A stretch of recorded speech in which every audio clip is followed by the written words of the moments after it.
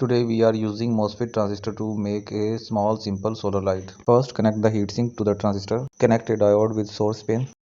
Now connect a resistance to the gate pin 10K.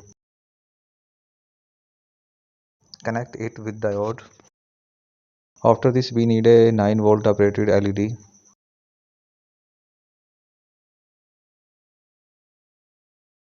Now we will take a 4-volt solar panel.